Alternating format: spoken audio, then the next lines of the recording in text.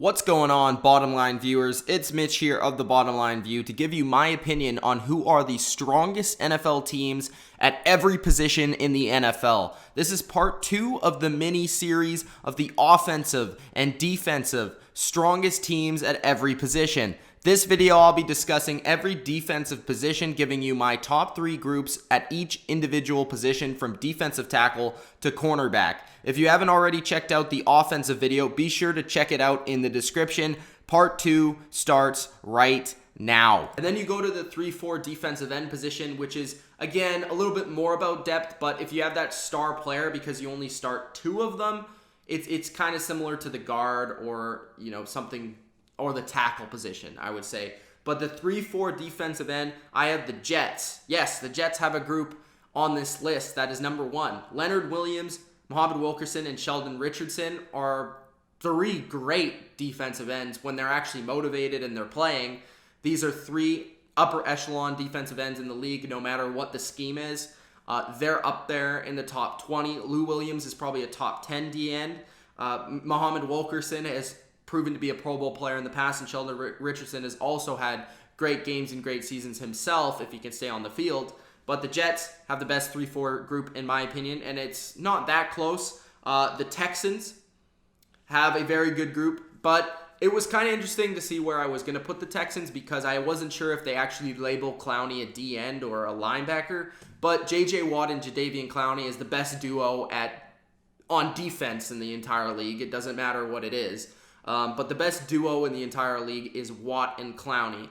But they're number 2 because they don't really have that third guy. The Jets have 3 guys that are Pro Bowlers.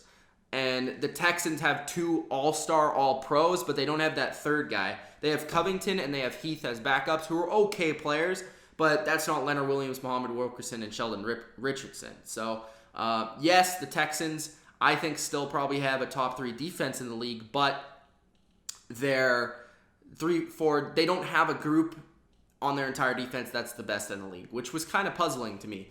But then the third group at 3-4 defensive end is Jarrell Casey, Daquan Jones, Carl Klug, and Angelo Blackson. If you can guess what group that is the Tennessee Titans. Jarrell Casey is looked at as a Pro Bowl, all-pro caliber player. Daquan Jones is good in his own right. Carl Klug has been played starter time in the NFL as well. So that's a very solid group. Jarrell Casey isn't quite as good as Watt, Clowney, or Leonard Williams, but he's right behind those guys. And also Daquan Jones is a pretty good starter in the league. So the Tennessee Titans come at number 3. I could have put the Rams there just based off of Aaron Donald, but we have yet to see how their 3-4 scheme will work out because Aaron Donald and the Rams have never played that scheme yet. They've only played 4-3. So I went with the Titans. And then at the 4-3 defensive end position, I'm going with the Seattle Seahawks as the best in the league, with Cliff Averill, Michael Bennett, Frank Clark, and Chanel Jenkins, I think. Chanel Jenkins. Cliff Averill and Michael Bennett is the best duo at 4-3 DN in the league, in my opinion. Cliff Averill had a great season last year, being in the top 5 in sacks. Michael Bennett is looked at across the league as one of the most dangerous defensive players to stop in the league. Especially, we've seen Tom Brady and Bill Belichick go on rants about how great Michael Bennett is, and I truly believe him because he can move all over the field, whether that's at D tackle, left end, right end, a little bit outside linebacker. Michael Bennett can basically do it all. And Cliff Averill is a great pass rusher, so I really like the Seahawks group. Also, Frank Clark is a little bit overlooked. He spent a lot of time starting this past season because Michael Bennett was out with injury, and he played pretty decently for them. Also, in that Seahawks cover 3-4-3 scheme, their defensive end position is the most important and takes the most load on their defense. So, Frank Clark and Michael Bennett and Cliff Averill make up the number 1 unit. At number 2, I have the Minnesota Vikings, which might surprise some people. Thinking about the Vikings, they don't have a lot of household names at the position, but Everson Griffin, Daniel Hunter, and Brian Robinson are 3 really, really good defensive ends. Everson Griffin has been a Pro Bowler. Daniel Hunter had a 10-sack season. It's one of the better sneaky third down pass rushers in the league. Robinson is really good. He's been a starter for the Vikings before. a rotational guy at this point in his career. He's a little bit older now, but he's still a solid player. And Dayton Jones, who they got from the Green Bay Packers, is also a starter in this league. So those are 4 guys that can start on this defense and can rotate around. And then you add in the fact that you have 2 guys that have had 10 sack seasons, and that doesn't hurt you very much. Then you have the New York Giants, who have Jason Pierre-Paul, Olivier Vernon to be their starters. The only problem for me with the New York Giants is their backups aren't the greatest. Devin Taylor, Romeo Aquara are backups. Like, they're backups. They're not starter-capable backups, which is what we see with the Vikings and the Seahawks. But they do have Jason Pierre-Paul, who's been a monster in this league. Yes, he does only really have one hand, but he's still great. And then Olivier Vernon is even better, in my opinion, and great in both the run and the pass rush for the Giants. So those are the 4-3 defensive ends, and those are the top 3 with the Seahawks, the Vikings, and the Giants. At defensive tackle, taking into account the 4-3 and 3-4 defensive tackles, I have all 4-3 scheme teams. That's mostly because they have to carry more D tackles because you start 2 on your defense. I have the Tampa Bay Buccaneers, which they have Jarrell McCoy, Chris Baker, Clinton McDonald, and some guy I can't pronounce.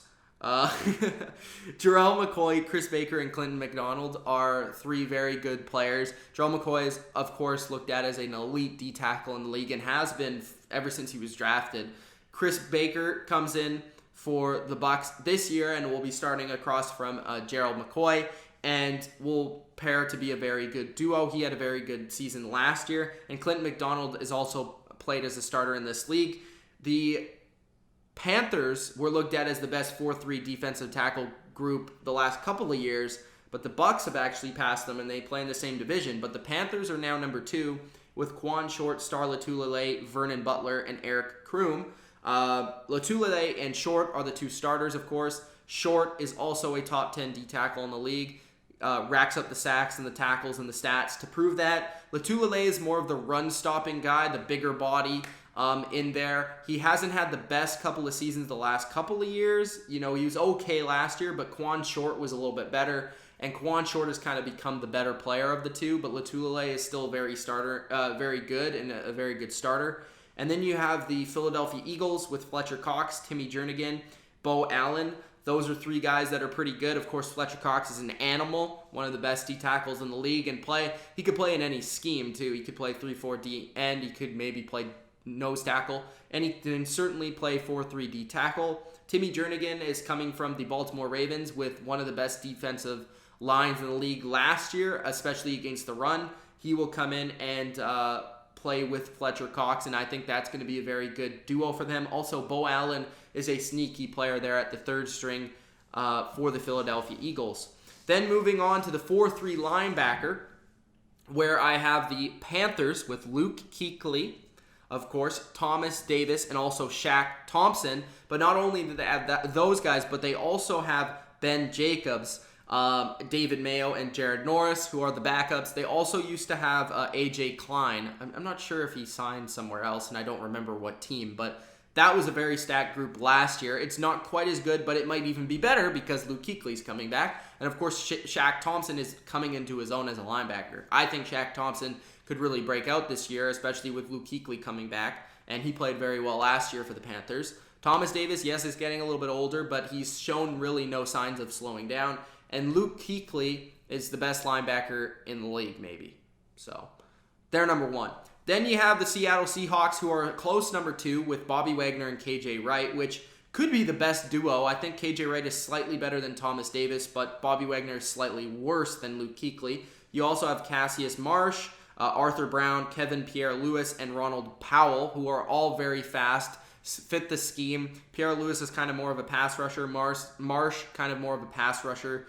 Arthur Brown kind of more of that cover linebacker for them, but they're all very good and they all serve a purpose. But Bobby Wagner and KJ Wright really, really are studs on that defense, and they used to be even better when they had like Malcolm Smith, and he was like the Super Bowl MVP. But they're still very good. Bobby Wagner had the best season of his career last year. KJ Wright is very overlooked across the league, and that's the second group. The third group is the Jacksonville Jaguars, actually. A lot of people wouldn't expect this, but Paul Posluszny has consistently been a very solid force for the Jaguars over the course of his career since leaving Buffalo. And he had a Pro Bowl caliber year last year. Miles Jack is a young player that was drafted very high for them. Telvin Smith is a very good underrated player in the league. You also have Audie Cole, Blair Brown, and Leronte McCray, who are the backups there. But those three, that threesome that the Jaguars have is very solid with Posluszny, Jack, and Telvin Smith, and that's one of the best in the league as well. At the 3-4 linebacker, the Cardinals are number one. Yes, the Arizona Cardinals are number one. Because think about how many different starters they have on one defense. They have Chandler Jones on the outside, along with Marcus Golden, who had a very good season, and he's very underrated. And I've been told that by a lot of people in my comments on my top 10 underrated players. And if you haven't seen that, check that out. But yes, he was very close to making that list, just for people that are watching this. Deon Buchanan, who just drafted in the first round this year, was a top 15 pick in the league. But I really like him. Buchanan is a player that can cover really well. He's kind of that modern day linebacker and has a lot of speed. That's actually Hassan Reddick. I got the names mixed up. But it's the same type of player, actually. Deon Buchanan used to be a safety. He moved to linebacker, and he's that modern day linebacker like the Rams have in Mark Barron. Deon Buchanan is the same sort of player, can cover tight ends, cover running backs. Good in coverage, comes in on third down a lot for the Cardinals. Hassan Reddick is the guy that was drafted in the first round. Sorry, my bad.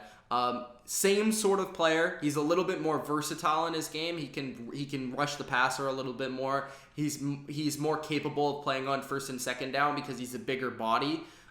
He's kind of more like a Jamie Collins in that kind of way.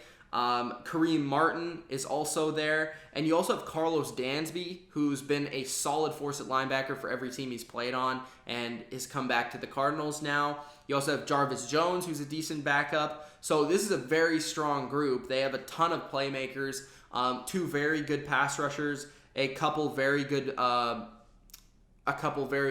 cover guys, and then you have Carlos Dansby in there with the leadership and the ability to stop the run. So this is an all-around great 3-4 linebacker group for the Cardinals. The Broncos, of course, have Von Miller. Do I need to say anyone?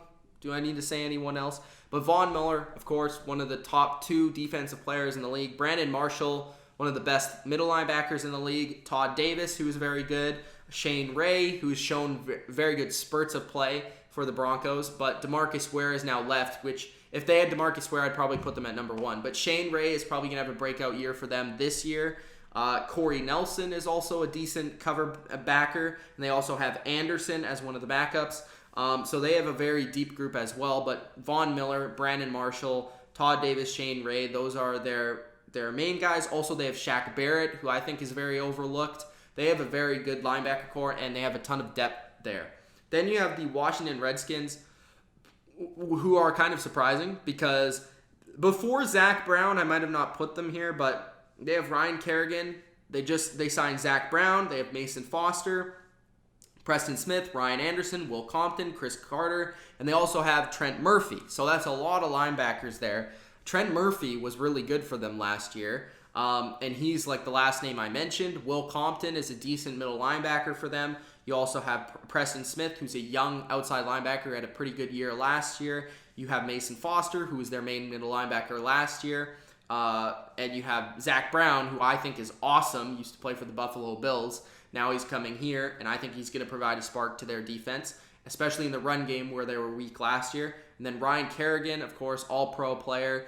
And did I miss anyone? Ryan Anderson is also there. So they have a very deep 3-4 group. And like I said about all these groups, they're all deep, and they all have different players that can serve different roles, which I really like about all 3 groups. Then at the safety position, you have the Arizona Cardinals, who I have first. Yes, the Arizona Cardinals not only have the best 3-4 linebacker group, but also the best safety group. So they could form one of the best defenses in the league. I do think that their defensive line is a little weak. They do play a 3-4, and they can mix in all those linebackers in there. And I think they'll have a very strong defense, but their safety group is great as well. As long as Tyrann Mathieu stays on the field, that's the number one thing. They did lose Deion Buchanan, but what did they do? They went out and signed Antoine Bethea, who's a proven commodity in the NFL. Tavon Branch, who I think played for them last year, was kind of that third string.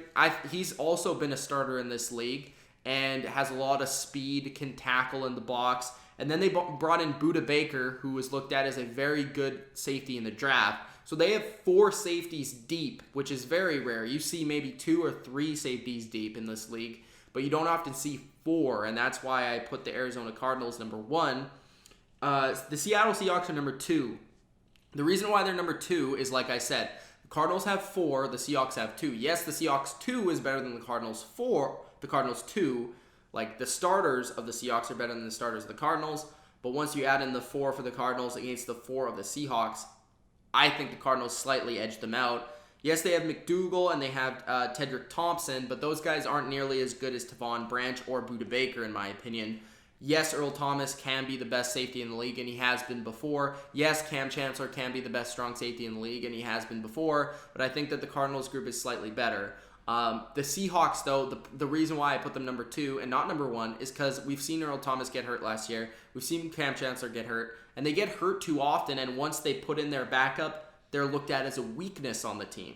So if they had maybe that third string, they would be number 1 again, but the Seahawks, yes, they're still very good. Earl Thomas, what can you say about him? He's a great player. Cam Chancellor, great player. So that's why they come in at number 2. The Baltimore Ravens have Eric Weddle, Tony Jefferson, Ladarius Webb, and Oda Foster. That duo, Eric Weddle and Tony Jefferson, very good, especially at stopping the run. This is the best duo of safeties in the league at stopping the run. Eric Weddle is phenomenal, and Tony Jefferson is great at that facet of the game as well. Eric Weddle ranked in as Pro Football Focus is, I think, first or second best safety in the league. And Tony Jefferson also made my top 100. So these 2 guys are great. And they're going to form one of the best safety duos in the league. Also, Ladarius Webb used to be a star corner, but he's turned safety, and he's a pretty good cover guy in there as well. And at the cornerback position, we have the Broncos. Kind of obvious. I mean, we have the 2 best corners, in my opinion, in the league on the same team. You have Aqib Talib and Chris Harris. Then you have Bradley Roby, who's one of the best slot corners in the league. They also have Teron Nixon, Lorenzo Doss, and Brendan Langley at the cornerback position. Then the New England Patriots come in with Stephon Gilmore and Malcolm Butler, the new duo there. Yes, they had Logan Ryan last year, but I think Stephon Gilmore is even better. And I think he could even be better than Malcolm Butler in this scheme because of his size and because of his ability. Malcolm Butler is a top 5 corner in the league. Jonathan Jones is very underrated. You have Justin Coleman, who has played starting time as well. And also Eric Rowe is that 3rd corner who played in the Super Bowl and was primarily covering actually Julio Jones. And then you have Cyrus Jones, who, yes, he's kind of been a bust so far in his 1 year, but maybe he'll be a little bit better this year. We'll see. So the Patriots group is very good, especially because of that top duo. And then you throw in Eric Rowe, which is a very good trio. And the New York Giants, I think, might even be above the Patriots. It's very close. Looking at both of just comparing the teams, you have Gilmore, who is probably better than Eli Apple or DRC. Malcolm Butler and Janoris Jenkins are kind of tied. And then, I would say the Giants have the better of the 3rd corner, whether that's Eli Apple or DRC. But the rest of them, like Volantio Blake, Michael Hunter, I don't know if those guys are better than Justin Coleman, Jonathan Jones, and Cyrus Jones, who have played starting time, and also Eric Rowe is better than all those guys, so I'm not really sure. But the Giants, they could easily be... It all depends on Eli Apple, in my opinion. If Eli Apple turns into a star, where he did play like a star last year at times, then this could be the best corner group in the league. DRC was excellent last year, and Janoris Jenkins was also very good last year and proved that he was a number 1 corner in the league. So these are the 3 best corner groups. Those are the best position groups in the NFL from quarterback to cornerback. I hope you guys enjoyed this list, this video, this discussion about the best position groups in the NFL. If you have a problem with any position group that I put here on the video, make sure you comment below. Also, if you agree with some of my opinions, make sure you comment. Anything you want to say about the video, make sure you comment. Well, I love to hear your comments. Also, if you think I overlooked a position group, let me know. If you think that I overrated a position group, let me know. And if you have any arguments, either way, I love to debate in the comments below. So let me know in the comments below. Also, like the video. Lets me know that you guys enjoy this type of content, and subscribe to the channel for more NFL videos just like this. It's Mitch of the Bottom Line View. Thanks guys for watching, and peace out.